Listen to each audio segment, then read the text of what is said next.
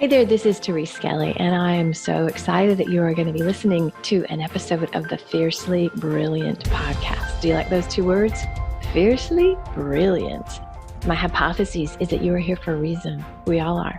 Our souls have led us on journeys that have very often taken some twists and turns, and sometimes it's not pretty. Sometimes there's struggle and there's loss and there's challenge, and in the middle of that, there's always a way out. And it's those times that often lead us into our great life and work. So you're going to hear stories in these episodes of myself and other beautiful people that share the journey. They share how they got to the place where they're standing, working in their brilliance, and being the powerful leaders that they are. So stay tuned and enjoy this episode. Hey, this is Therese Skelly, and you're here for another episode of the Fiercely Brilliant podcast. I'm excited today to have my guest, Dr. Nadia Brown, share her story. We've known each other for a decade or so, and I was excited to get her to share her journey with you because it's a story that a lot of you are going to be able to relate to, right?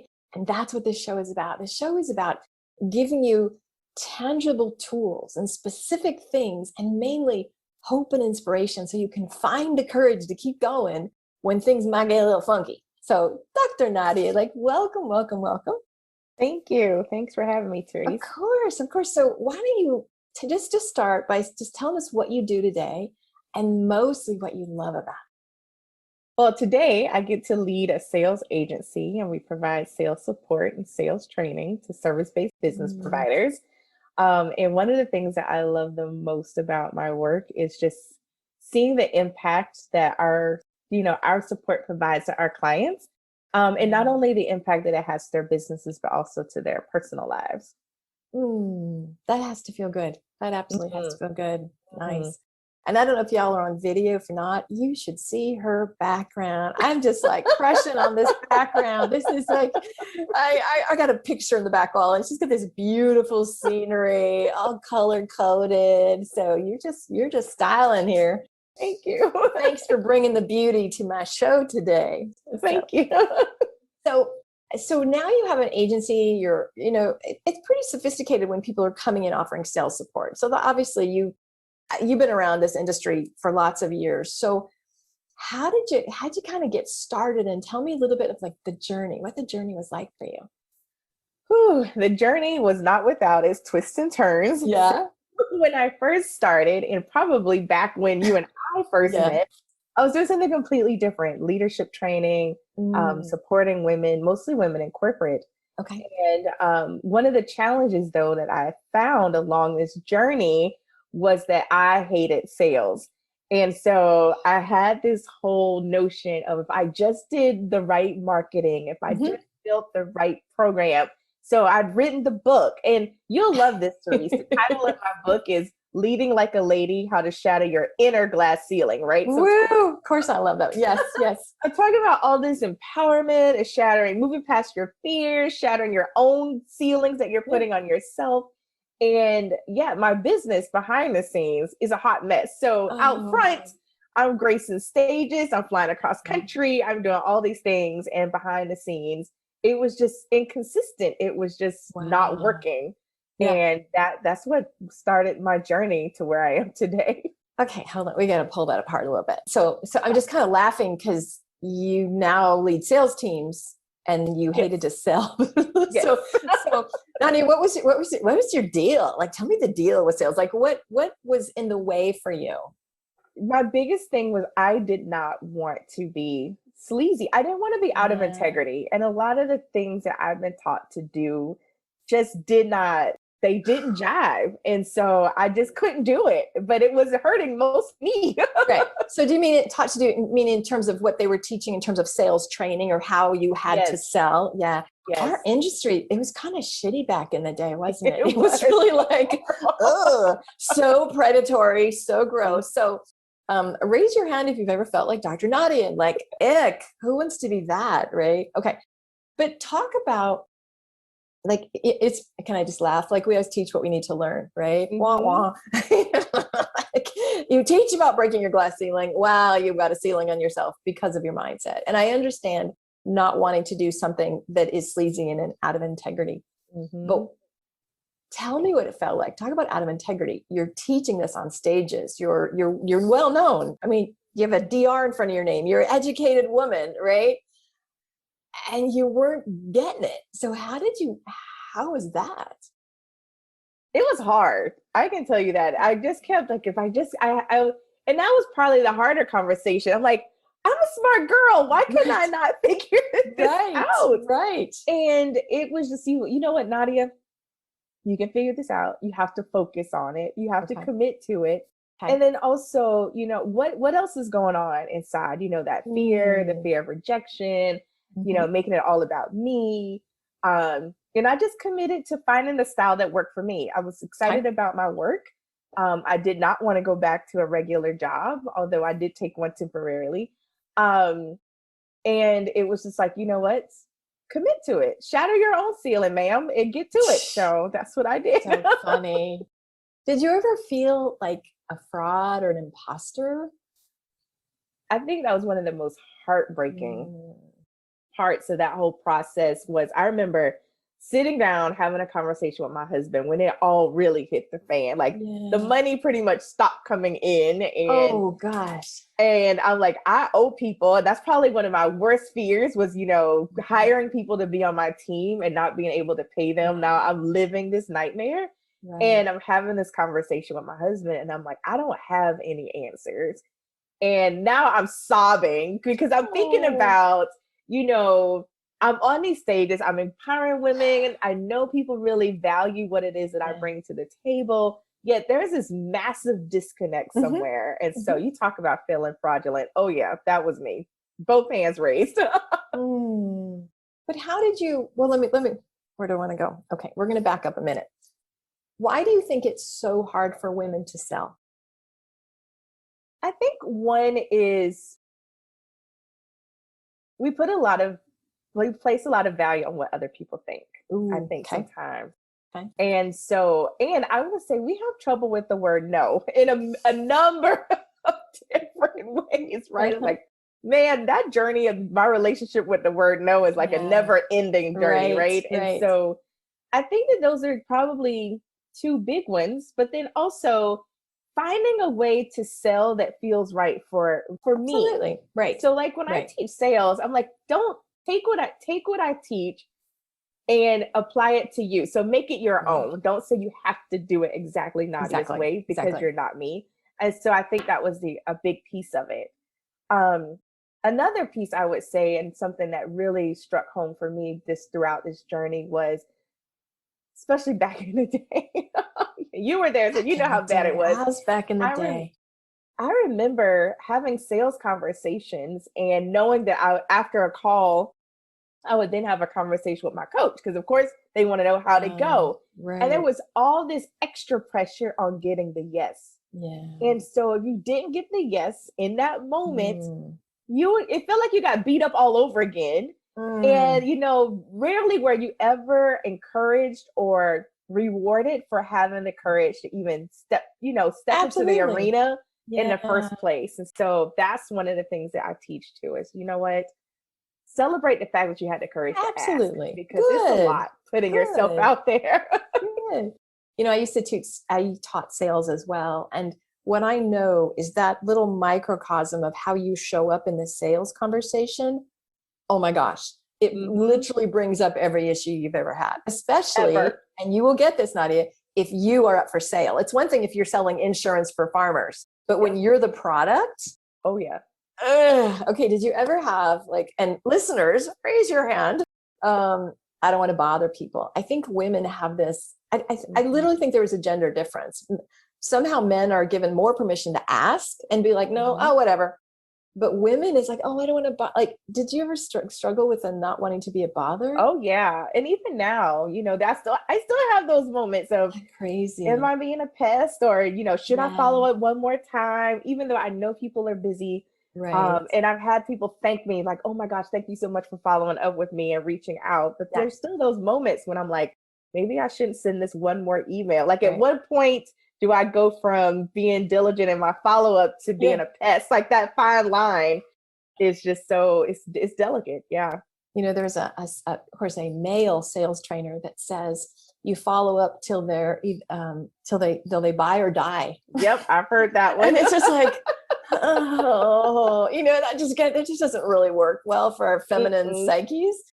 But I know for me, the being a bother comes from the sense of not enoughness, like a shame. If you've ever had any trauma, not saying that you have, but you know, for those of us who had any level of dysfunction in your life, actually those of us are women probably have the same thing, but I don't want to be a bother. I shouldn't have to ask. Like asking is really, really hard. And what I say to people is, if you had the cure for cancer, would you feel like you're being a bother by sharing it? So how did you flip it to, no, me offering this is actually a gift. It's not a bother. It's not an imposition. So how did that work for you?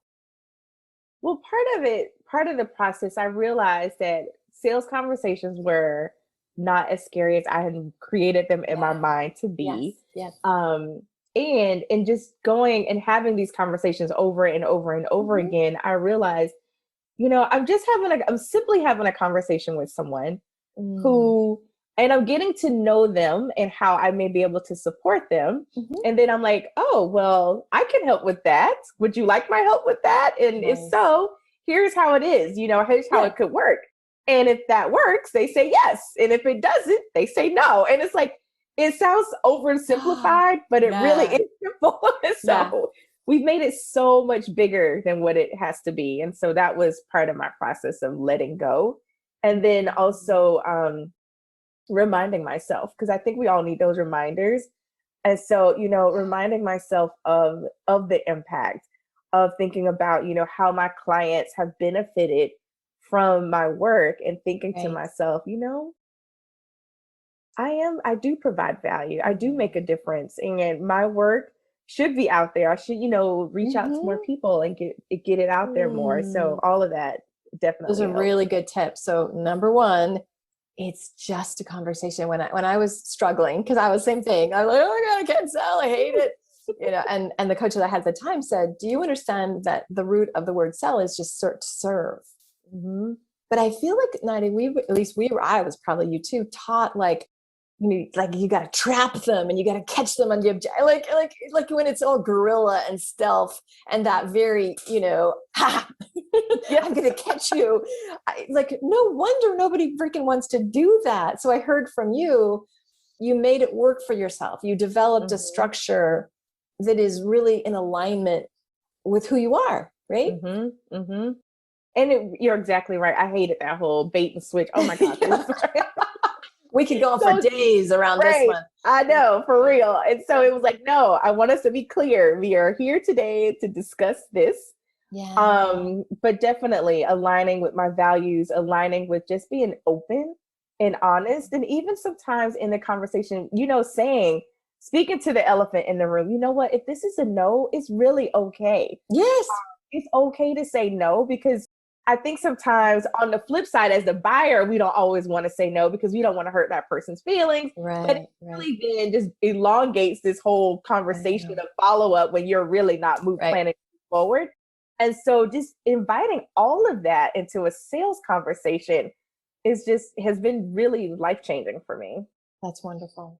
I love teaching sales because it's a place that I see brilliant people just falling down on their knees.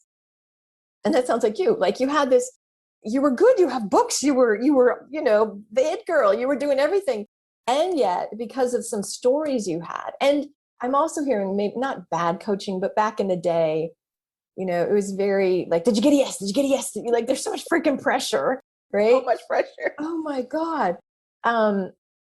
What would you tell somebody now if they're feeling, because there's a difference between what I would say is, for me, a sales conversation is, I'm going to get to know you and something good is going to happen. You're going to have an insight. You're going to have a breakthrough.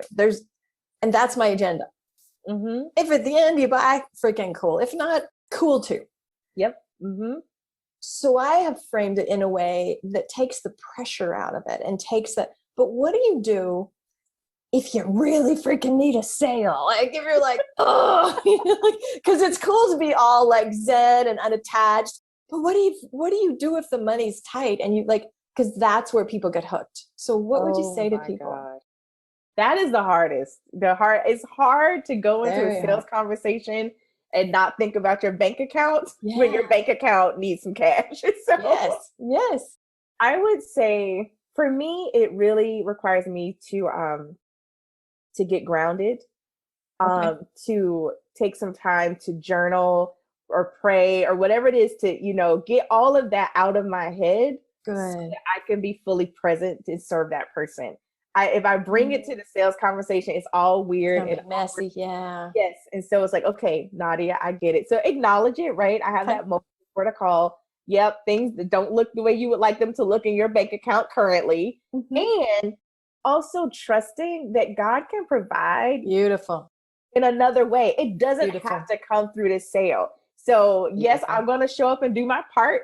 And if it doesn't come this way, I just trust that it will come when I need it. Crazy.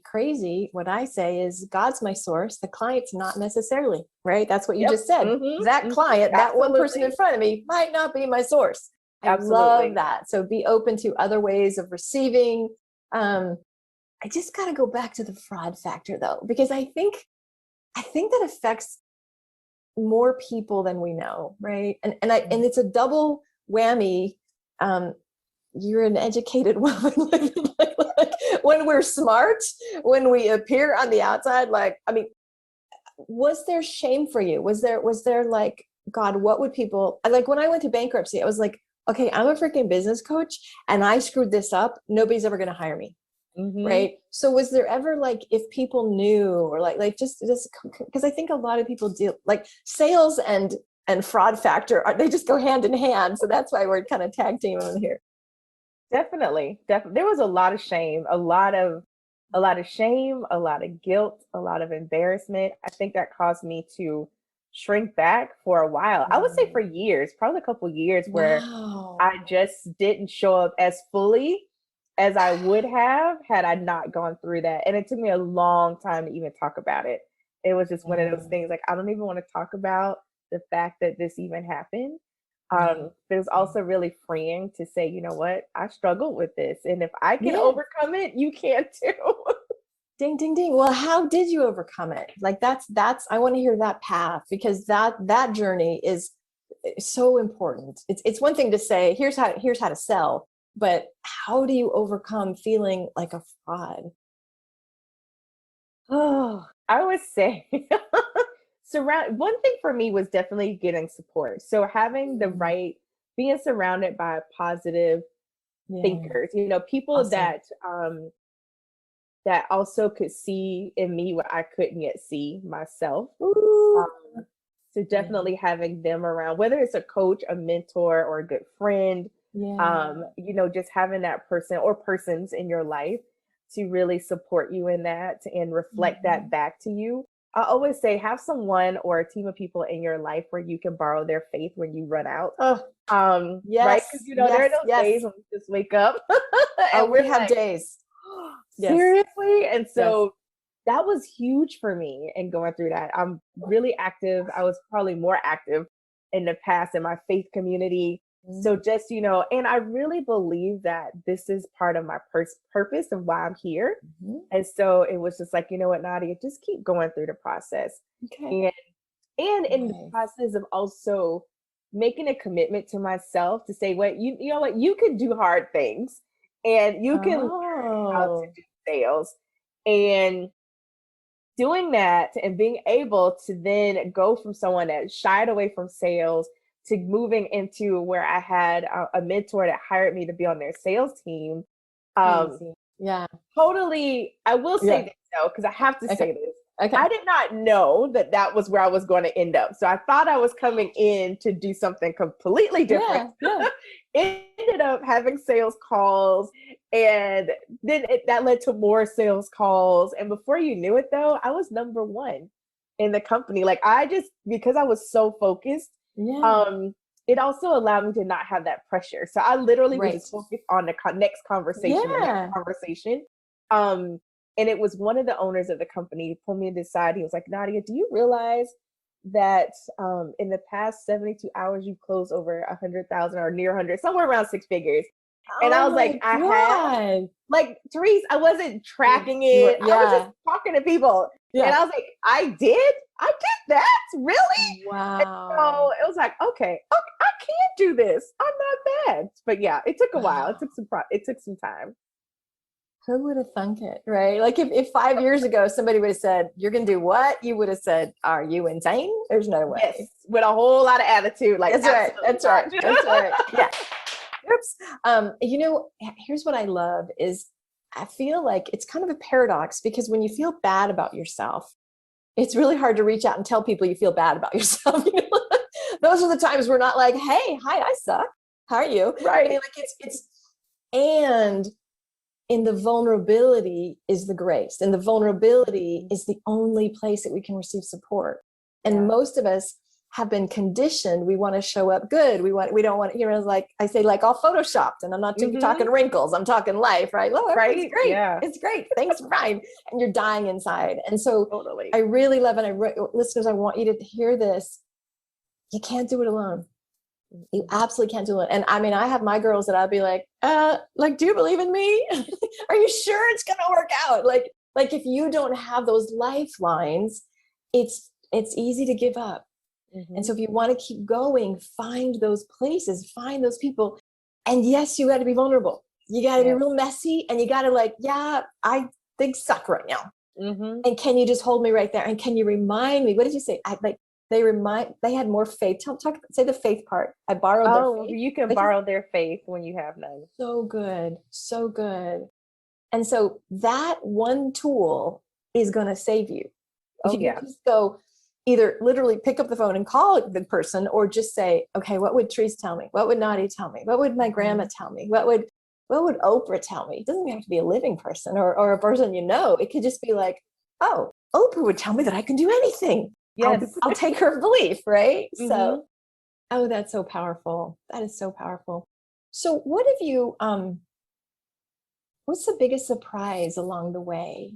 You know, because that was a big overcoming story. And there's the story of shame and how the outside didn't match the inside and struggling with that. And, you know, the husband, probably, I'm sure the husband was like, what are we doing? You didn't tell me the husband story, but so what lessons have you learned along the way? I've definitely learned I'm stronger than I thought. And actually going through that process was actually a really great blessing because it opened the door to a brand new, like we shifted and pivoted the business to focus. Yeah. I now get to really support women in a completely different way. That wouldn't have happened if things had been perfect from the start. Right. I also have a greater compassion for women or, you know, for business owners when they go through those. Like, I think when I first started, there was probably a lot more judgment. Like, how did you let that happen? Right. Like, you know, Miss Hoity-toity. And they're just like, oh, honey, you just wait. Right. So definitely a lot more compassion and just in wanting that desire to really want to help women to grow their businesses and step out and have that impact that they desire. That's beautiful. You know, almost every person that comes on this show talks about the hard times, and every single person says, and it was a gift. I'm so blessed that I got to go through that. Mm-hmm. And so if somebody is in a hard place right now, like how do you, because it's hard when you're in the middle of it. You weren't like going, yippee skippy, this is going to look good. Not at all. Right. So what could you use to help remember that it always gets better, right? And I always say, as long as you had a pulse, you got another day. Like, so what did you use, or what would you instruct people if they're in the middle of something funky? Yeah, I would definitely say, you know, practice the gratitude, right? Have a gratitude practice. So this part of my life didn't work out, but there were so many other parts of my life that were just fine, right? Beautiful. And so, you know, taking that time to focus on having gratitude about what is going right. And like you said, you still have a pulse. Let's start there. Right. It could be worse. That's right. That's right. Mm-hmm. And then making a commitment to just take it one day at a time. One day at a time. Good. I think sometimes, especially people like me, I'm like, I want it done yesterday. Yeah. And I remember when I was working on my dissertation, it was like, how do you eat an elephant? One bite at a time. Right. And that is a constant reminder, one bite at a time. And then just remembering this too shall pass. Like it won't be like this for always. I love earlier what you said, Nadia, is I can do hard things. Mm-hmm. Like I think sometimes life might kick us around, but how did you have the knowing? You're like, nah, I can do that. How did you have that knowing? Because just that resilience or that understanding of yourself, where did that come from? One, it probably came from all these degrees. This is true. You got years of experience. A lot of degrees. Okay. And just looking at like my mom, my grandmother, like those are some really strong women. I'm like, I come from good stock, But I also think that making this leap and leaving a corporate job and coming into entrepreneurship, I didn't realize it was going to be as challenging as it was. Goodness. Yes. But I knew it wasn't going to be a cakewalk. And so just reminding myself, like, this is just part of the journey and I can do hard things. Good. Okay. So if you just let's all say that together. I can do hard things. I can do hard things. That just makes it, because I think what happens is we suffer when we go, oh, this is terrible. This shouldn't happen. Or when we go victim-y, poor me, this is right. I mean, whereas if you can say, okay, I can do hard things next, take it one day at a time. Like you were saying, one day at a time, just one at a time, and be grateful for what I have and notice what is working. Yep. That's how you don't get swept under, right? That's how you don't just go, oh, I'll just sell shoes because this thing's not working, right? Yep. Forget it. I'm out of here. That's right. So if folks want to follow you, where do they go? Where do they find you? So there's my website, The Doyen Agency. I'll spell that because everyone's like, how do you spell that? Doyen is DOYENNE, thedoyenagency.com. Okay. On social, most of my social handles are I am Dr. Nadia. Yes. Instagram, Twitter, Facebook. And I have a new resource I'm excited to share. Called Courageous Conversations That Convert Checklist. So you can grab that at courageousconversationsthatconvert.com. Oh, that's fabulous. And all those will be in the show notes because nobody's going to know how to spell Doyen. I don't even know what the word means. It's a beautiful word. It's got to have a meaning. So if you want to share what that means? It means standout woman leader. Boom. We all are that. Yes. Cool. You couldn't say at thestandoutleader.com. Like, no, Doyen, how fancy on us, Dr. Nadia. Thank you, darling. Sure. So it has been a delight. And I love your energy and I love the courage that you've showed and the resilience and there's a way out. And I love that you're like, wow, this has been a blessing. It always gets better. Right. Mm-hmm. And so just as we wrap up here, is there anything that I didn't ask or anything that is in your heart to share? Any other piece of inspiration that you want to gift us with? Ooh. So as you were asking this question, I just thought about my granny, who has had such a massive impact on my life. And one thing that she always used to say to me was, anything worth having is worth fighting for. Oh, whew. Thank you, Granny. That's beautiful. That's right. And so listeners, you're up for the fight. It's worth it. And remember, you got support, right? You're not alone. You got support. Call in those people. All right. This has been so lovely. So good to spend time with you, Nadia. This is great. Likewise. Follow her, and get that checklist. And all the links will be in the show notes. So I'm delighted that y'all listen to this. And you know what I'd love? I'm going to make an ask because we women get to make asks. Leave a review. If you enjoyed this episode, leave a review or send it to a friend. Lots of people need to hear about selling and feeling like a fraud, right? This is a really, really important topic. So feel free to share this episode with a friend. Peace and blessings. Bye now. Hey, this is Therese, and I'm so excited that you were with us today for another episode of the Fiercely Brilliant podcast. If you are inspired to get to that brilliant place. If you heard some wisdom today that made you think, yeah, I need some help in that area, I would encourage you to have a conversation with me. Super simple. You just go to thereseskelly.com/let's connect. It's a no charge, no pressure conversation. And if I can support you to clear the blocks, to really step into that brilliance, oh my gosh, it would be a delight. And I'll be honest with you, we'll just have a great conversation and see where we can take it. Peace and blessings. Bye.